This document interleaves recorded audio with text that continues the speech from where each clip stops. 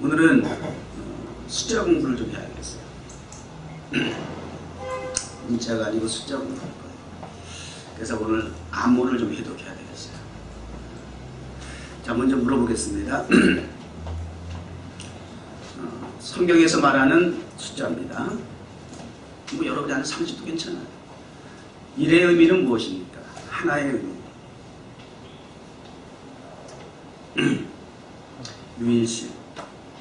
유일신 하나님.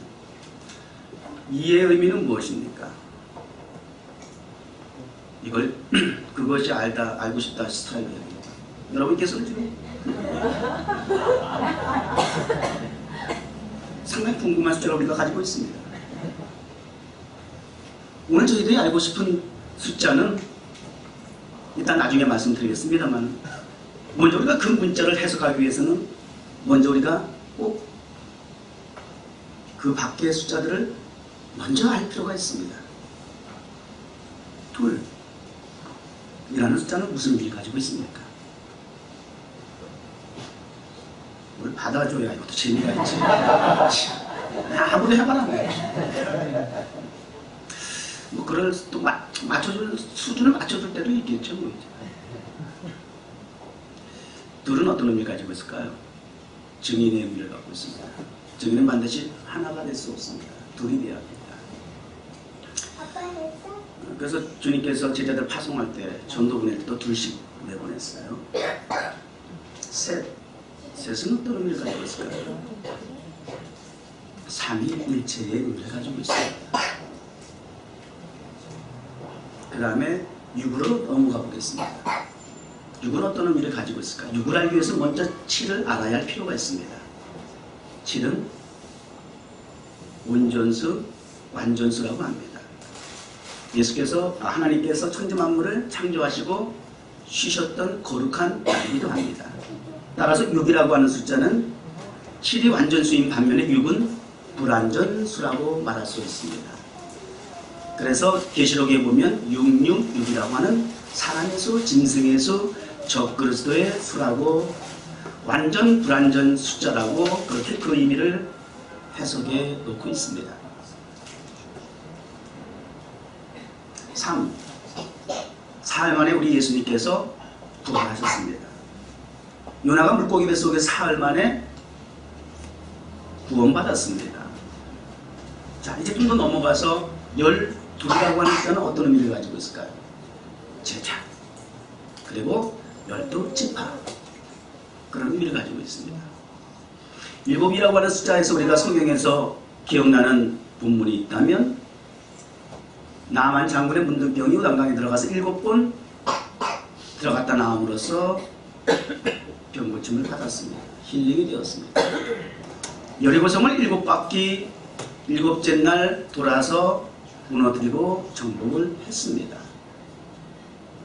12는 예수님의 제자와 12지파라고 했습니다. 택한 하나님의 백성을 상징한다고 할 수 있습니다. 그리고 또 훌쩍 넘어서 40이라는 숫자를 성경에서 또 빼놓을 수가 없습니다. 40은 어떤 의미를 가지고 있을까요? 고난이고 또한 준비하는 기간을 말합니다. 모세의 인생을 3세대로 나누는데 40, 40, 40으로 나누더군요. 궁중에서의 40, 광야에서의 40, 지도자로서 광야 생활에서의 40년. 예수님께서 공생애를 시작하기 전에 40일을 금식하셨습니다. 고난을 통과하시고 사역을 준비하셨던 기간이었습니다. 이스라엘 백성들이 광야에서 40년을 준비하고 약속의 땅을 들어갔습니다. 자, 이제 한 가지만 더 여러분들에게 묻습니다. 316은 무슨 의미를 가지고 있습니까?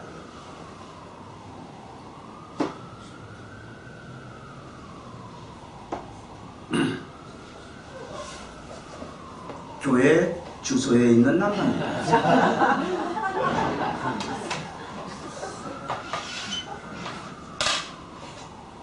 하루는 우리 큰아들 제임스가 주소를 보더니 저한테 이러더군요. 아빠, 우리 교회 주소가 316이야? 그래. 바이블이네? 그러더라. 저는 무슨 소리인지 몰랐습니다. 이게 무슨 소리야? John 3:16. For God so loved the world that He gave His only begotten Son, that whoever believes in Him shall not perish, but have eternal life. 우리 교회 주소가 이렇게 멋진지 그때 알았습니다. 목사도 몰랐는데 내 아들이 깨우쳐 주었습니다. 우리 뉴욕 가든 처치가 있는 이 자리는 John 3:16입니다. 자, 이제 오늘 성경 본문으로 들어가겠습니다. 이제 그만하죠. 아니, 좀 계속 하면 그냥 끝까지. 자, 이제 오늘 본문 들어가세요.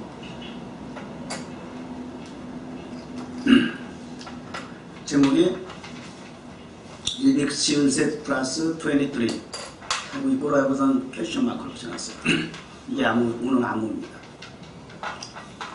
지난 월, 화, 수 3일 우리 사모님하고 철회하고 여기서 여러분 원초에 그 소원기도 제목 주신 거 제가 붙잡고 3일 동안 간단하면서 기도했습니다. 첫째 날 하나님께서 저에게 주신 응답은 숫자였습니다. 그것이 바로 154이라는 숫자였습니다. 가슴이 굉장히 뜨거웠습니다.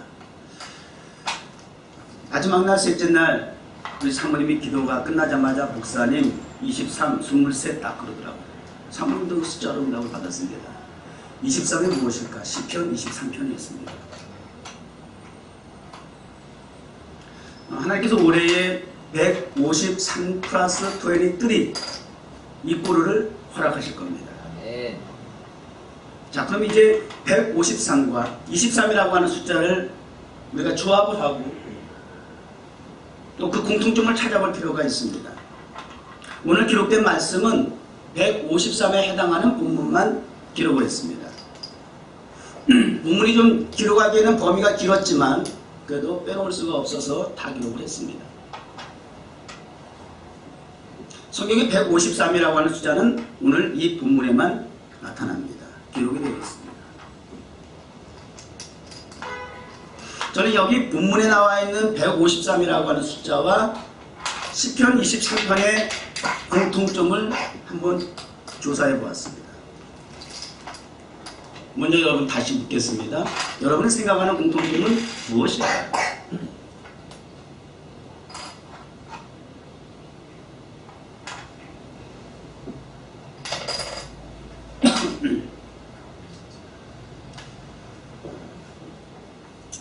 마지막 절 11절에 보면 가득히 찬 큰 물고기가 153마리라. 가득히 찼다라고 하는 데에 우리가 좀 포커스를 맞출 필요가 있어요.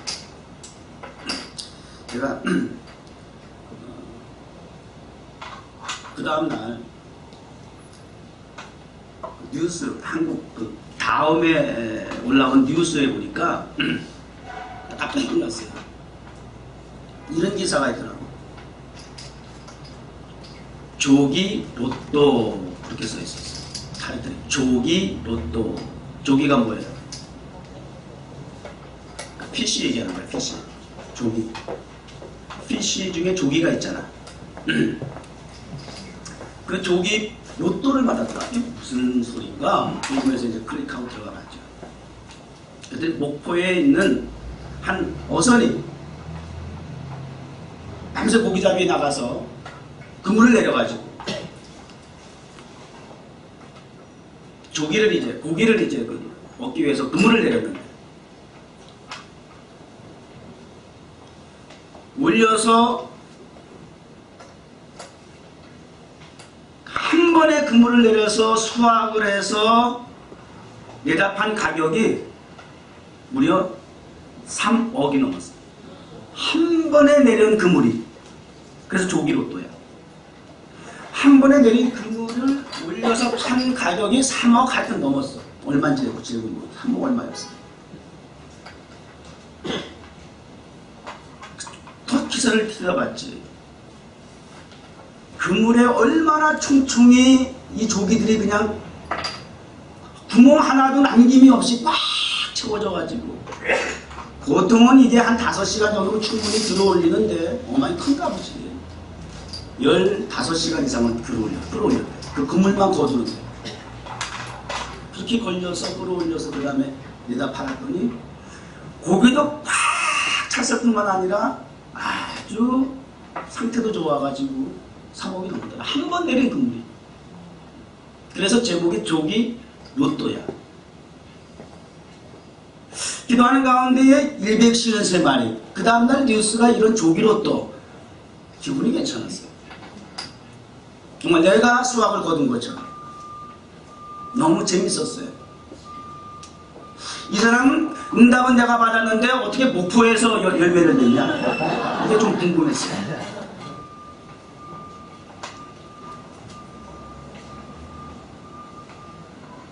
시편 23편. 저는 The Lord is my shepherd 시작을 합니다. 다음 여호와는 나의 목자시니 그 다음에 뭐예요? I shall not be in want. 내게 부족함이 없습니다. 난 더 이상 원하는 게 없습니다. 아쉬운 게 없습니다. 만족하고 충족하고 자족합니다. 이거거든요. 153과 23의 공통점은 부족함이 있는 거다.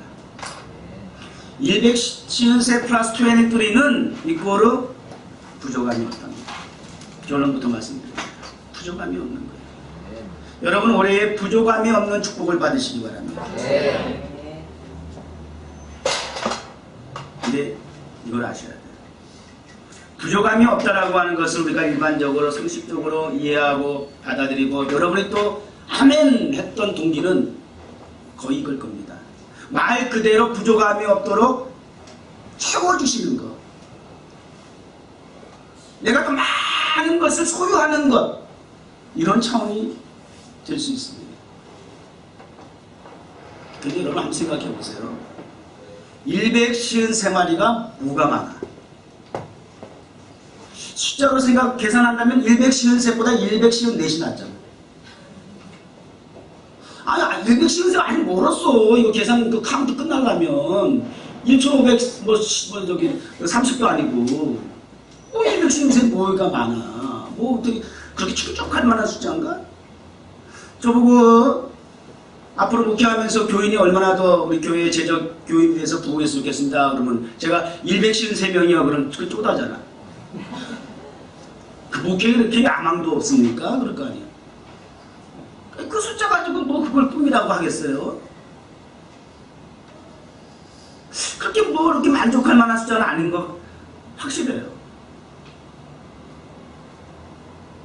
그런데 여기 또 시편 23편에 내가 부족함이 없으리로다 라고 기록했던 고백했던 다윗 정말 그럴까요? 그분의 인생은 어떤 분이 이렇게 표현했더만요. 널뛰기 인생이다. 쿵 하면 저쪽에 툭 올라가고 저쪽에 탁 내려오면 또 쿵 올라가고 널뛰기 인생이다. 쿵 바닥으로 내려왔다가 또 저쪽에서 팍 밟으면 또 붕 공중으로 올라갔다가 널뛰기 인생이래. 다윗의 인생은 그만큼 인생의 곡절 우여곡절이 굴곡이 상당히 심했다는 거예요. 바닥에 출하했다 올라갔다 출하했다 올라갔다. 한낱 부모나 형제에게도 그렇게 관심사가 아니었던 사무엘이 왕의 기름 부음을 받기 위해서 하나님의 부르심을 받고 인도되어서 이새의 집으로 갔는데 집안에서조차 별 볼 일 없었던 관심사가 되지 못했던 아들이었고 형제였어요. 여전히 형들은 그래도 전장터에 나가가지고 나라와 국방의 의무를 다하기 위해서 그렇게 군인의 신분으로 있을 때에도 여전히 그는 광야에서 홀로 남겨진 채 양을 치는 목동이었어요. 그 목동이 기름 부음을 받고 왕으로 세워집니다. 그러나 왕으로 세워지기까지 좀 뭡니까? 딸의 아버지, 아내의 아버지, 장인어른 아버님이셨고 또 나라의 개국공신과도 같은 골리앗을 잡아서 나라를 풍정등화에 넘어질 수밖에 없는, 쓰러질 수밖에 없는 나라를 또 일으켜 세운 그러한 전공을 가지고 있었던 그런 애국자였음에도 불구하고 여전히 그는 사울왕의 칼날을 피해야만 했던, 숨죽이고 살아야 했던 그런 인생을 전철을 밟아나가고, 그런 가운데서 왕이 된 이후에 또 다른 아들에 의해서, 압살롬에 의해서 쿠데타가 일어나서 왕궁에서 맨발로 도망가야 했던, 아버지와 같은 장인어른의 핍박도 핍박이지만 자기가 사랑하는 아들 압살롬에 의해서 왕권을 탈취당한 채 맨발로 급하게 도망나가야 했던 아버지 다윗의 심정, 이거 참 기가 막힌 노릇 아닙니까? 굴곡이 심했던 그의 인생 속에서 그가 이 말씀을 기록한 것이에요. 내게 부족함이 없다. 내가 과거에 목동으로서 양들을 보고하기 위해서 이리가 다가오고 사자가 다가올지라도 그 사자 입을 벌려가면서 사자 입에 있는 그 어린 양새끼를 내가 끄집어냈던 그런 이력과 경력을 가지고 있던 것을 생각해 볼 때에 여호와 하나님께서는 나의 인생의 널뛰기와 같은 굴곡 속에서도 나를 사자의 입에서 건져내 주셨던 그 목자와 같은 하나님의 보호하심, 인도하심이 있었다.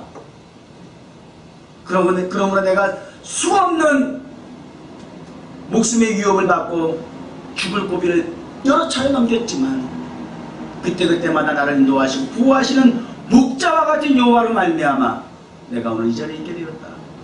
고로 나는 부족함이 없습니다 라고 했던 것입니다. 부자의 기준이 뭡니까? 여러분 부자 되기 원하십니까? 새해 우리 인사가 복 많이 받으세요 그러잖아요. 그러니까 목사님들끼리 인사하면서 새해 복 많이 받으시니까 어떤 목사님 좀 문자에 민감한 목사님들 꼭 계세요. 그래가지고 꼭 그거 가지고 말꼬리 잡으시는 분들 이상하게 계셔. 새해 복 많이 받으세요 했더니 우리 믿음의 사람들 그렇게 인사하면 안 되죠. 뭐라고 또 뭐라고요.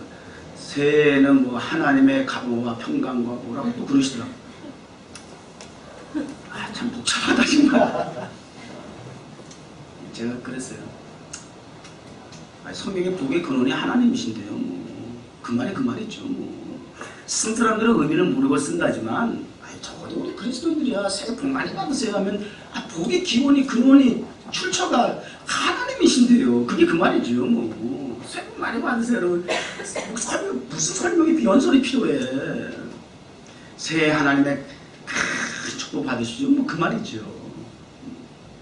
제가 웃으면서 그랬어요. 그럼요. 근데 우리가 일반적으로 복을 많이 받으라면 뭐 부자 되는 걸 얘기한단 말이에요. 그럼 부자 되세요. 부자 되는 복을 받으시라고. 뭐 소원 기도 제목 보니까는 뭐 거기서 거기야 내가 볼 때 다 뭐 그렇게 뭐 이 정도 갖고 소원지야 이런 생각이 들었어. 내가 보면서. 그래도 소원이라고 한 그 단어에서 주는 그 의미가 굉장히 강한데 그런 어떤 강렬한 의미에 비해서 그 내용은 약해 제가 볼 때. 그래도 다 본인의 소원이 되기 때문에 필요했어요. 다 받아들이시라고. 그럼 부자의 개념이라고 하는 것은 부자의 기준은 뭐냐고 말이에요. 우리가 생각할 때는 많은 것을 소유하는 것이야. 많은 것을 가지는 것이야. 많은 것을 내 이름으로 소유하는 것이에요. 그런데 아니요, 그게 부자가 아니고요. 부족함이 없는 사람이 부자야. 네. 그 말이 그 말인 것 같죠? 전혀 달라요. 부족함이 없다라고 느끼는 사람이 부자라니까.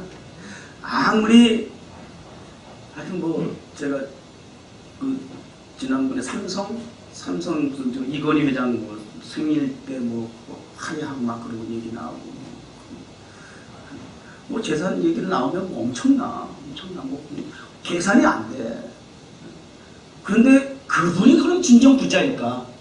제가 어렸을 때부터 삼성 하면 이병철 그 삼성 설립자부터 시작해서 하여튼 한국의 부자라고 하면 부자 하면 바로 이병철 이렇게 나왔어요. 그때는 삼성이라는 이름보다도 그냥 이병철이라고 하는 그분 이름이 그냥 삼성보다 더 강했어요. 제가 어렸을 때는. 그냥 부자 하면 이병철 이렇게 얘기했다고. 그게 이제 삼성이라는 걸 나중에 제가 이렇게 2대, 3대 막 이렇게 오게 되었습니다. 근데 그분이 일은 이제 뭐 하나인가 둘인가 얼마 나이도 안 잡수셨어. 근데 그분 맨날 보면 누구 부축받거든요. 맨날 항상 이래. 뭐 말하면 거의 무슨 말인지 못 알아듣겠죠. 뭐 이러고 뭐야 이제 뭐 일을 하나 둘인 건 한참 때인데 뭐가 붙잖아요. 계산상으로는 뭐 엄청나죠. 그 재산에 대해서 주식에 대해서 뭐 얘기하는 거 뭐 어떻게 감당이 안 돼. 그 숫자를 어떻게. 또 어떤 사람부터 내가 쓰는 만큼 내 거다 그렇게 얘기하더라고요. 내가 쓰지 않으면 아무리 써놔도 내 것이 아니라는 거예요. 내가 쓰는 게 내 것이라는 거예요. 또 나의 삶 속에 많고 조금의 문제가 아니라 부족함이 없어 하면 그게 부자라는 거예요. 그래서 고린도후서 12장에 사도 바울이 멋진 고백을 하잖아요. 내게 가시가 있어 그 가시를 제거해달라고 그랬는데 나를 교만하지 않게 자고하지 않게 하나님께 내게 주신 가시라고 한다면 또 주께서 응답하시기를 내 은혜가 내게 족하도다. 왜냐하면 너의 약한 데서 강함이 된다는 거예요. 온전한 능력이 그 약함을 기인해서 온다는 거예요. 그게 하나님의 방법이라는 거예요. 그러면 나는 있으나 없으나 하나님의 은혜보다 자족의 은혜를 배웠다는 거예요. 이게 부자야.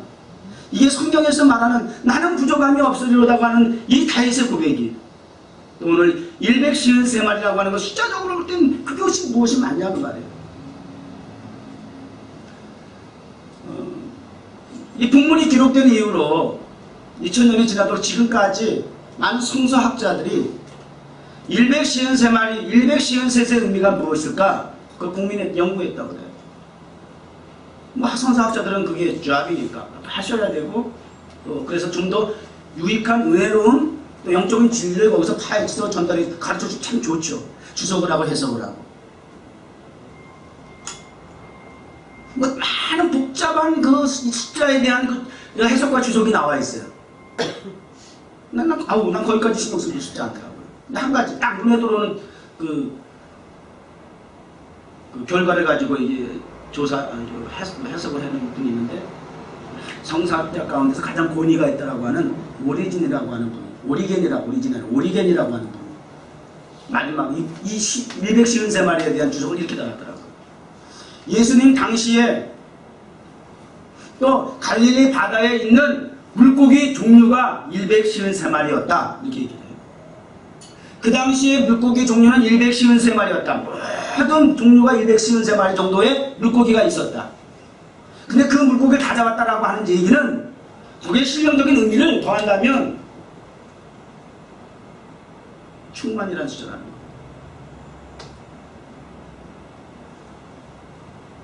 그래서 그물은 교회예요.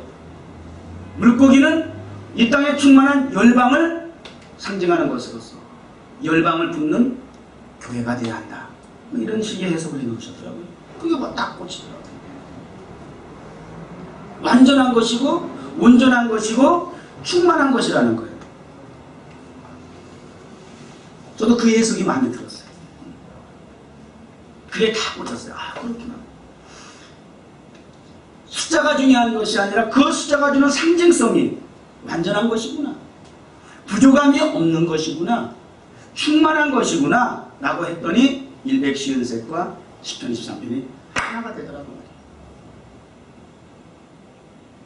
저는 뉴욕 가든처 뉴욕 종원교회가 멤버 구성이 153명 족합니다.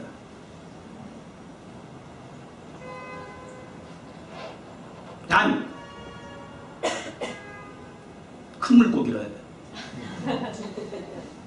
요게 좀 달라. 피렘이 아니야. 그건 아니야. 그럼 돌아가 주세요. 저기 옆에 무슨 교회 또 있던데 글로 가주세요. 뉴욕 정원교회는 큰 물고기만. 자, 그러면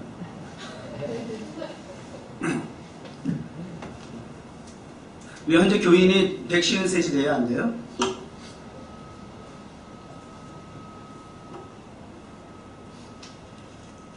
안 돼요? 안 돼. 안 되는 건 뭐 당연하지. 뭘 계산하고 복잡하게 신경 쓰게 뭐 있어요. 그러니까 그래도 항상 이 사람은 이 숫자에 민감하다고. 그러니까 우리 예를 들어서 무슨 집회를 했다 그러면 그 주최 측 통계하고 그 경찰 측 통계 이런 게 달라. 엄청 차이나. 경찰 측은 뭐 한 10,000명 모이대는데 주최 측은 10만 명 모인다고 그러고 맨날 그래. 교회에서 부흥회 뭐 전합 집회도 좀 그런 면이 좀 없지 않아 있더라고. 그러니까 정확하게 숫자를 얘기하면 나도 그게 좀 마음에 안 드니까 그런 숫자는 안 세고 그동안 한 9년 동안 우리 교회 다녀간 사람 한 수천 명 됩니다. 그렇게 다 저는 그 사람들이 우리 교회 다 다녀간 교인이라고 생각합니다. 명예교인 되고 뭐 갖다 붙여가지고 또 타임스퀘어 광장에서 제가 우리 매주 오랫밤 9시 설교할 때 그 광장에 모이는 성도들 다 우리 교인입니다. 좀 그러잖아. 왜 그런지 알아? 물론 실력적 의미도 있지만 수에 민감한 거야. 수만이 나 우리 교회 교인입니다. 아니 저는 하나님께서 그런 비전을 주셔서 네 분이 있었으니까 와서 설교하는 거야. 맞잖아. 뭐 틀린 건 아니잖아. 억지 쓰는 건 아니잖아. 아 그날 하나님께서 저기 뭐야 타임스퀘어 광장에 그 시간에 맞춰서 보내주시더라고. 그 사람 타이밍도 있잖아. 우리가 나가서 그 앞에 서가지고 찬양하고 딱 설교할 때 타이밍에 맞춰서 있는 사람 그날 보내주신 하나님이 아니다 그 말이야. 뭐 틀린 건 아니지. 그런 찬송도 뭐 수만이라고 그래도 뭐 틀린 건 아니잖아요. 우리 뉴욕정원교 성도 수만이야 교인인데. 그러나 153셋으로 온다고 말이에요. 그것도 그물 안에 있는 좀 타임스퀘어 광장에 있는 교인들 그물 밖에 있는 물고기들이야. 그물 안에 들어와야 돼. 그물 안에 들어와 뉴욕 가든 처치의 멤버십을 갖고 있는 성도 153셋. 단 큰 물고기. 근데 153셋이 되지 못했어요. 그럼 여러분의 입장에서 볼 때는 다행스러운 거야 이거 지금. 굉장히 다행스러운 거야. 뭔 말인지 알아요? 만약에 우리 교인이 1000명이야. 근데 목사가 설교하기를 우리 뉴욕 정원교회 교인은 153마리가 되기를 원합니다. 3사람이 되기를 원합니다. 그 대신 큰 물고기 그렇게 거물이 돼야 된다 이 얘기야. 그러면 1000명 중에서 153을 잘라버리면 나머지는 뭐야? 굉장히 예민해지거든. 그렇게 되면 복잡해지는 거야. 근데 우리 교회는 그래도 이렇게 말씀을 전해도 편안한 것이 253짜리 모자라. 그러니까 여러분 스스로 생각할 때 거기 다 포함된 거야. 그건 여러분의 착각이야. 숫자가 안 된다고 해서 여러분이 꼭 거기 들어간다는 보장은 없어. 내가 그랬잖아. 큰 물고기 돼야 된다. 숫자가 모자라니까 그냥 메꿔주는 거 아니야. 그렇게 인정받는 숫자를 얘기하는 거 아니에요. 떨이는 아니야. 먼저 주시지 필요면 먼저 주는 거 아니에요. 정확하게 성경적으로 뭐라 그랬어? 프로브라지 피시 큰 물고기로 가득. 우리 뉴욕 가든 처치는 사이즈가 이렇게 갈 필요, 체육관 같은 교회 가질 필요는 없어요. 제가 늘 그러잖아. 우리 뉴욕 정원교회 특징은 사역적인 또 비전과 목적 속에서 우리 교회의 특징은 교인 멤버 구성이 예배당 안에 한 30%, 나머지 70%는 외부에서 그때그때마다 방문자들이 와서 관광객이 들어오든 지금 타임스퀘어 광장처럼 그걸 저는 원하는 거예요. 300명이든 153이든 그 숫자면 충분히 일할 수 있어요. 큰 물고기가 돼서 153만 되면 어떤 일도 할 수 있어. 예수님 12대륙을 하셨어요. 12대륙을 세상을 뒤집어 놨다니까. 가나니까 매반하니까 두 사람을 세워가지고 12를 채웠는데 이게 열쇠 다지. 꼭 그 두 사람을 세워놓고 또 하나 또 빼버리고 하나만 집어넣으시더라고. 그게 12의 의미예요. 그 마띠아가 당첨됐잖아. 그 위에 마띠아가 뭐 특별히 뭐 어떻게 했다라고 하는 기록도 별로 없어. 근데 중요해. 포함됐다는 거. 그건 굉장히 중요한 거야. 여러분이 포함되기를 먼저 축복합니다. 일단은 여러분 가능성은 열려있는 거예요. 기회는 주어진 거야. 백신 생활에 들어갈 수 있는 기회는 주어진 거야. 근데 여러분은 이제 큰 물고기가 돼야 되겠지.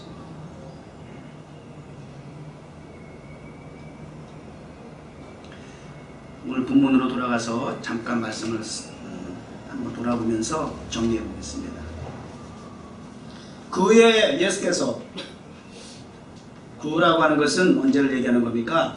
예수님이 죽은 자 가운데 사흘 만에 부활하셔서, 부활하시고 난 이후에 마지막 결론적인 부분, 오늘 성경에 한 두어 절을 빼놨는데, 예수님 부활하시고 나서 세 번째 나타나심이라 이런 표현이 있어요. 그러니까 세 번째 제자들에게 나타나셨던 현장이에요. 제자들에게 나타나신 일을 기록했어요. 시몬 베드로와 디두몬, 이전에 나와 있는 인물은 7명이에요. 7명의 제자들이 모였습니다. 그때 3절 시몬 베드로가 이렇게 그들에게 먼저 말을 합니다. 나는 고기 잡으러 갈 거야. 이렇게 얘기해요. 원래 시몬 베드로의 전직이 뭐였습니까? 직업이 뭐였습니까? 전공이 무엇이었습니까? 가장 잘하는 게 뭐였습니까? 어부였어요. 그러다가 예수님을 만나고 배와 그물을 다 버려두고 예수님을 쫓아가 제자가 되었었죠. 그 3년만 따라다녔었습니다. 그리고 예수님 돌아가시고 부활해서 세 번째나 날 현장에서 예수님을 만나게 되는데, 그러나 그때까지도 여전히 베드로는 그렇게 달라질 것 같지 않습니다. 별로 예수님을 만나고 나서 삶에 적용되어지는 부분에 있어서 그런 크다지 영향력이 있었던 것 같지 않습니다. 계속해서 그는 여전히 과거에 자기 인간의, 그리고 예수님을 만나기 이전에 삶의 모습으로, 간증은 세 가지라 그랬잖아요. Before Christ, On Christ, After Christ라 그랬잖아요. Before Christ의 모습으로 다시 돌아가고 회개하는 베드로의 여전한 모습을 발견하게 됩니다. 이게 굉장히 우리가 조심하셔야 돼요. 여러분이 지금 신앙생활, 예배 가운데 예수님을 만난다고 하면서 만나셔야죠. 찬양을 통해서, 기도를 통해서, 말씀을 통해서 꼭 주님 만나세요. 그런 경험이 한두 번이 아니잖아요. 10년, 20년, 평생을 예수 믿은 사람도 있잖아요. 그렇게 예수님을 만났다고 하면서도 나의 삶의 현장을 가보면 여전히 예수님과 상관없이 살아가는 나의 모습, 베드로의 모습이다. 늘 자기 함정 속에, 착각 속에 우린 신앙생활이 아닌 종교생활을 하고 있는 모습, 지금 베드로의 모습이라는 말이에요. 힘을 상실했어요. 거기다가 체념한 듯한 발언이죠. 그러고 들어가서 딱 또 그렇게 하게 되니까 그 영향력이라는 거 보세요. 베드로가 그렇게 하니까 나머지 6명의 제자도 그럼 우리도 가직으로 따라가는 거예요. 이게 영향력인 거예요. 베드로는 지금 그 다른 제자들을 데리고 자기의 삶의 터전이었던 물고기 잡으러 바닷가를 가야 하는 것이 아니라 예수님의 부활의 현장을 찾아서 예수님을 만나기 위해서 살아갔어야 할, 그래서 그 제자들을 함께 더불어서 사역할 수 있는 하나님의 주님이 원하시는 목적대로 사용될 수 있는 사역장을 향해서 갔어야 하는 그들이었지만, 그 한 사람의 지도력은, 영향력은 예수님을 만나기 이전에 상태 돌려놓고 말았어요. 밤새 물고기를 잡아봅니다. 예수님이 날이 멀리 밝아올 때쯤 등장을 하셨습니다. 그들은 여전히 예수님이 당신들의 주인님이신 걸 알지 못한 채 예수님이 그들에게 다가가서, 친구들아, 너희들 물고기 잡았느냐? 얻은 것이 많으냐? 묻습니다. 한 칼로 너 없습니다 라고 얘기합니다. 거의 체념한, 상념한 채, 실망한 채, 더 이상 의욕도 상실한 채 주고받는 그들의 대화의 모습을 볼 수가 있습니다. 아무것도 없습니다. 결국 빈배로 돌아왔습니다. 실패했습니다. 소망이 이제는 없습니다. 완전 체념하고 그물을 내려놓은 그 즈음에 우리 주님께서 배 오른편에 다시 한번 그물을 내려보라 라고 하는 말씀과 함께 그물을 들어 올렸더니 대신 사마리가 되었다는 겁니다.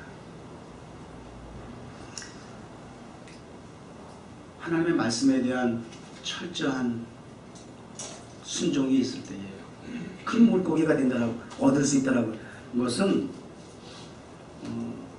또 큰 물고기가 어부의 입장에서 얻을 수 있다거나 또 우리 스스로가 큰 물고기가 될 수 있다라고 하는 것은 또 모든 종류의 물고기들이 하나로 모일 수 있다라고 하는 것은 딱 한 가지 원리와 방법밖에 없어요.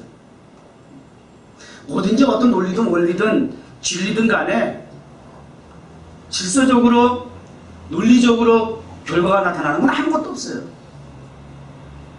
공식이 있다고 말이에요. 하나님의 말씀 진리는 오직 말씀 외에는 방법이 없어요. 하나님 말씀만이 공식이고 하나님 말씀만이 방식이 되는 것이에요. 하나님의 말씀에 순종하는 목사가 사역을 감당하기 위해서 타임스퀘어 광장에 근무를 내렸더니 올해는 정말 타임스퀘어 광장이든 근무를 내린 곳에 자, 아까 얘기하다 말았는데 여러분이 일단 153마리 가운데 들어가세요. 그래도 아직은 우리 교회는 그 숫자가 많이 남아 안 남아? 남잖아. 그래서 아주 많이 나와. 그럼 어디서 구해? 좀 걸렸으면 좋겠어. 타임스퀘어 광장에서 걸리든지 K타운에서 걸리든지 좀 걸려야 될 거 아니야. 금을 내리는 곳에 K타운에서 뉴욕 정원교회를 통해서 금을 내리는 곳에 이제 또 날씨 따뜻하면 우리 강도사님하고 나가서 또 거리 나갈 찬양들도 또 해야죠. 금을 내려야지. 십자가만 달고 간판만 있다고 되는 거 아니잖아. 그물을 내리지 않으면 소용이 없어요. 아, 배가 있는 거 가지고 고기가 저절로 배우로 막 뛰어올라옵니까? 아, 배에 있다고 배를 준비해 배만 띄웠다고 고기들이 알아서 배우로 올라와요? 아니 그 어부가 그물을 내려야지. 아무리 배가 준비해. 이 자리는 배야 배. 구원선 방주라고. 배는 준비했는데 어부된 저와 여러분이 그물을 내리지 않으면 천만에 피라미드는 큰 물고기는 안 잡혀요. 그냥 있으면 되는 게 아니다 그 말이에요. 그물을 내리셔야죠. 우리 강도사님은 K타운에서 그물을 내리시고 저는 타임스퀘어에서 그물을 내리고 같이 물론 하는 일들이지만 그런 가운데서 K타운이든 타임스퀘어이든 큰 물고기 153마리를 채울 수 있는 분량의 물고기들이 좀 잡히길 바래요. 네.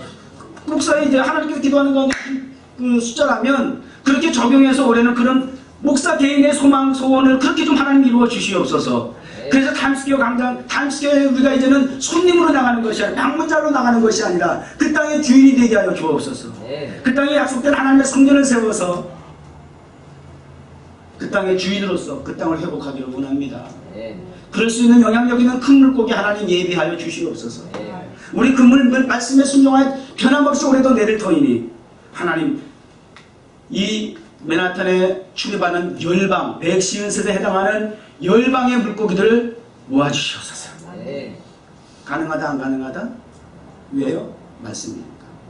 네. 제가 그냥 여러분들에게 그냥 막 우리 이렇게 됐으면 좋겠죠 그러고 막 그냥 막 우리 서로 좋자고 막 그저 여기저기서 꼬다가 그냥 막 좋은 말 그냥 덕담 나누고 또 잘 될 거야 뭐 잘 돼야 돼 뭐 너 분명히 잘생겼잖아 뭐 실력 있잖아 뭐 너 건강하잖아 너 재주 좋잖아 너 분명히 잘 될 거야 너 안 되면 죽어 막 이렇게 해서 될 일이 아니잖아요. 말씀이 근거가 되고 말씀이 기준이 되고 말씀이 중심이 돼서 그 말씀만이 그 말씀을 통해서 기록되어진 하나님의 말씀들이 그 사람들에게 있어서 베드로에게 있어서 그때마다 감정이 되었던 것처럼 우리의 감정이 되자는 말이에요. 하나님 연초에 이렇게 소원 기도했더니 하나님 올 한해 돌아보니까 하나님 이렇게 소원 응답해 주셨네요.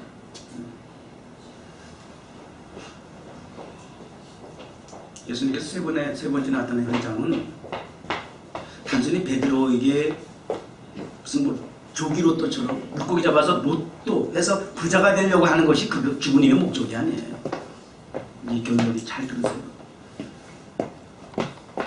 우리가 소망하고 소원하는 것들이 결론적으로 나의 유익을 위한 나의 인간적인 의도와 목적을 위한 수단이고 그것이 방편이라고 한다라고 하는 것은 그것은 하나님이 원하시는 목적은 다시 아니에요.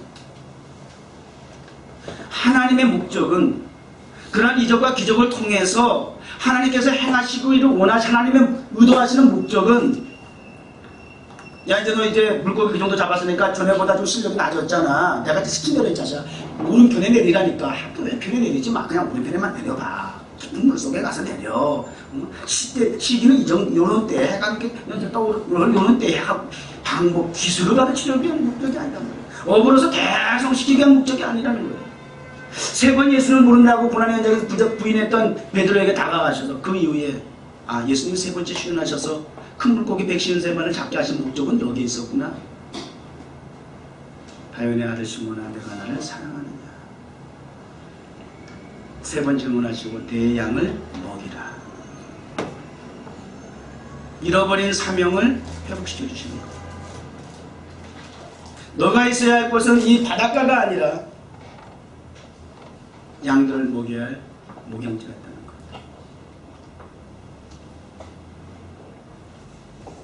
사명을 회복하는 해가 되기 바랍니다.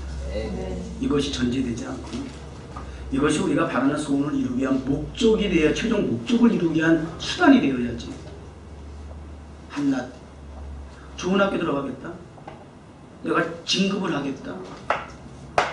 직장을 내가 옮기겠다. 내가 뉴욕에 사느냐 한국에 사느냐.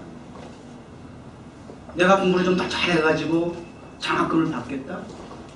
뭔 차이가 있어요. 그 소원이 이루어졌어요. So what? 그 다음 뭔데요? 그게 더 중요한 거예요. 근데 그 부분을 좀 많이 빠뜨렸더라고. 거기까지는 알겠어요.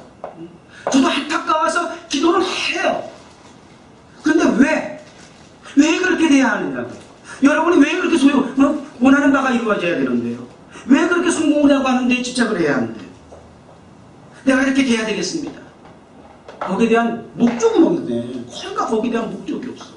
그게 조금 살짝 아쉬웠어요.